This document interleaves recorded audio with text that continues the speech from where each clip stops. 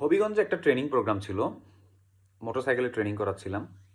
তো তখন কি কি ট্রেনিং করাবো এগুলোর পয়েন্টগুলা লিখে মানে একটা নোট করে মানে ট্রেনিং এজেন্ডা করে যাইতাম আর কি, যে এই পয়েন্টটা শেখাবো, এটা করবো এটা করবো। হঠাৎ করে একটা ডিলার টেকনিশিয়ান আমাকে প্রশ্ন করে, স্যার এই সেন্সর এটা কিভাবে টেস্ট করে, ওইটা আজকে আপনি আমাকে শিখাই যাবেন।